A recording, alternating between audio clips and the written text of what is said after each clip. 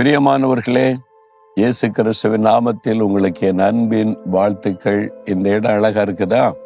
அந்த பக்கம் கடல், இந்த பக்கம் அழகான ஒரு தோட்டம். அங்கிருந்து கொண்டு உங்களோட பேசுவது எனக்கு அதிக சந்தோஷம். இந்த இடம் மலேசியாவில் சாரவாக் என்கிற ஒரு மாநிலம் இருக்குது. இது மலேசியாவுடைய கிழக்கு மலேசியான்னு அழைக்கப்படுகிறது, ஈஸ்ட் மலேசியா. அதாவது கோலாலம்பூர்ல இருக்கிற மலேசியாவுடைய தலைநகர். அங்கிருந்து விமானத்திலே 2 மணி நேரம் வரணும். கடல் கடந்து கடலுக்குள்ள இருக்கிற தீவு பகுதி. இது மலேசியாவை சார்ந்தது தான். அதுல மிரி என்கிற ஒரு பட்டணம், கடற்கரை பட்டணம். ரொம்ப அழகா இருக்குது. மலைப்பகுதி இருக்கிறது, ரொம்ப செழிப்பான பகுதி. அழகான தோட்டத்தை அமைச்சிருக்கிறாங்க.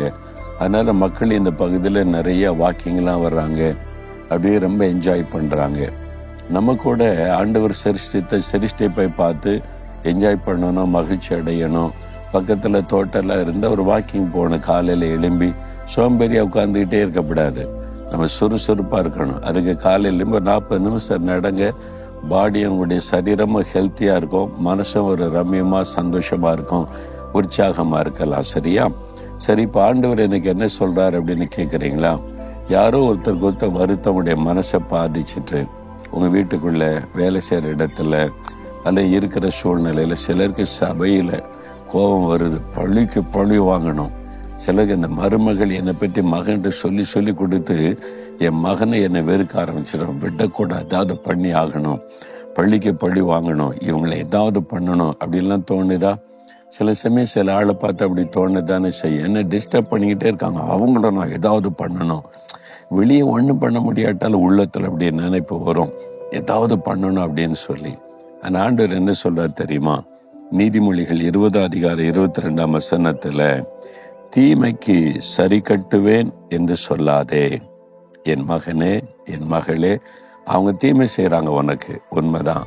அவங்க பொய்யானதை சொல்லி கொடுத்து உன்னை வேதனைப்படுத்துறாங்க, உன்னை குற்றப்படுத்துறாங்க, தீமை செய்யறாங்க, உன் நிம்மதியை கெடுக்கிறாங்க, உன் சந்தோஷத்தை கெடுக்கிறாங்க, உன்னை நிம்மதியா இருக்க விடாம டிஸ்டர்ப் பண்ணிக்கிட்டே இருக்கிறாங்க.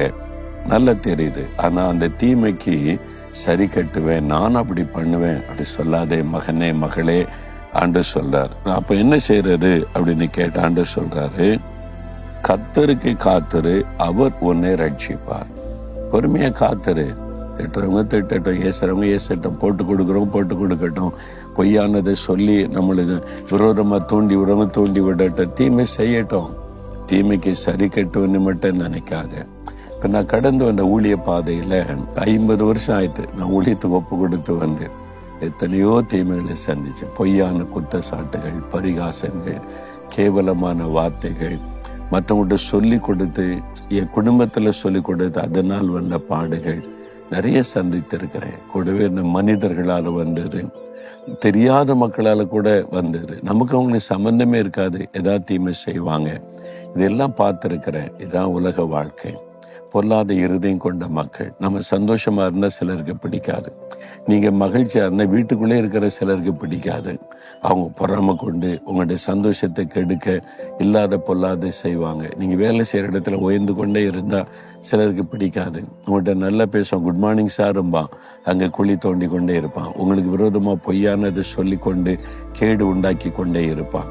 சர்ச்சுக்குள்ளே பாருங்களேன், தோத்துறோம் அப்படின்னு வெளியில தோத்துறோம், உள்ளுக்குள்ள போனாக்கி இவன் எப்போ ஒளிவான், எப்போ அழிவான், இந்த மாதிரி இருதயம் கொண்ட மகன் எல்லா இடத்துலயும் இருப்பாங்க. இதான் உலகம்.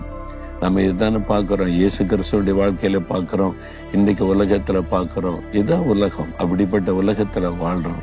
நமக்கு தீமை செய்யற மக்கள் பெருகி இருக்கிறாங்க. அதனால நான் பழிக்கு பழி வாங்குவேன்னு நினைக்காதுங்க. எத்தனை பேரை பழி வாங்குவீங்க? நீங்க யோசித்து பாருங்க. எத்தனை பேர் வீட்டுக்குள்ள என்ன, வெளியில இருக்காங்க, தெருவில் இருக்காங்க, வேலை செய்யற இடத்துல இருக்காங்க, சர்ச்சுக்குள்ளே இருக்கிறாங்களே. அப்ப எப்படி?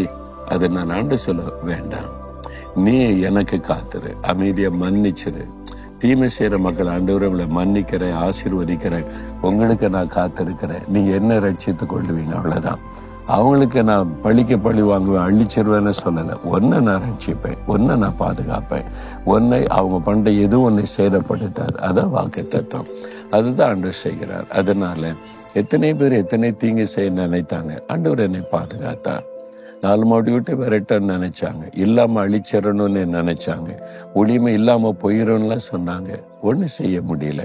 ஆண்டவர் என்னை பாதுகாத்தார், என்னை காத்து நடத்துகிறார். அவ்வளவுதான்.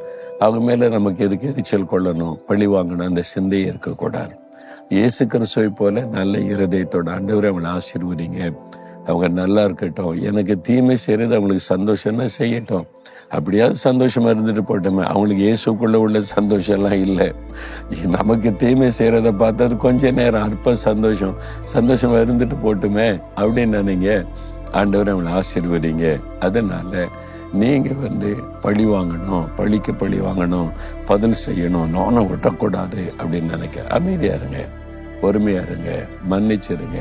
மன்னதில் மன்னிச்சு ஆண்டவருக்கு காத்திருங்க. ஆண்டவரை நீங்க பார்த்து கொள்ளுங்க, நான் உங்களை நேசிக்கிறேன், உமக்கு காத்திருக்கிறேன்னு சொல்லுங்க. அவர் உங்களை ரட்சிப்பார். அவங்க சொல்ற மாதிரிலாம் எதுவும் நடக்காது. அவங்க சொல்ற மாதிரிலாம் நடக்க விட மாட்டார். நம்மளை அழிக்கவும் முடியாது, நம்மளை ஒழிக்கவும் முடியாது, நம்மளை பிரிக்கவும் முடியாது. பயப்படாதுங்க. அதனால பொறுமையா காத்துருங்க. இன்னைக்கு ஆண்டு சொல்றாரு, யாரும் குறித்தோ வருத்தம் இருக்குது, ஏதாவது செஞ்ச ஒரு கோபத்தோணுல இன்னைக்கு மன்னிச்சு இருதயத்தை விட்டு அதை எடுத்து போட்டுருங்க. சரியா? உங்களுடைய உள்ளத்தை விட்டு அதை எடுத்து போட்டுருங்க. அப்ப நீங்க சந்தோஷமா இருக்க முடியும். இதுதான் இயேசு எனக்கு கற்றுக் கொடுத்தாரு. நம்ம அவருடைய அடிச்சுவட்டுல நடக்கணும்ல. அதான் கிறிஸ்தவ வாழ்க்கை. வெறுமனை பைபிள் வாசிக்கிறேன், ஜெபிக்கிறேன், சர்ச்சுக்கு போறேன், காணி கொடுக்கிறேன் இல்ல, அவருடைய அடிச்சுவட்டுல நடக்கணும், அவர் நடந்தபடி. அதான் கிறிஸ்தவ வாழ்க்கை.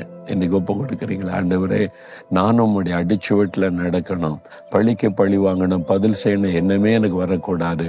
எனக்கு தீமை செய்யறவங்க, வேதனைப்படுத்துறவங்க சுத்திலும் இருக்கிறாங்க, நான் அவங்கள மனப்பூர்வமா மன்னிக்கிறேன், அவங்கள ஆசீர்வதிக்கிறேன். அவங்க நல்லா இருக்கட்டும், சந்தோஷமா இருக்கட்டும்.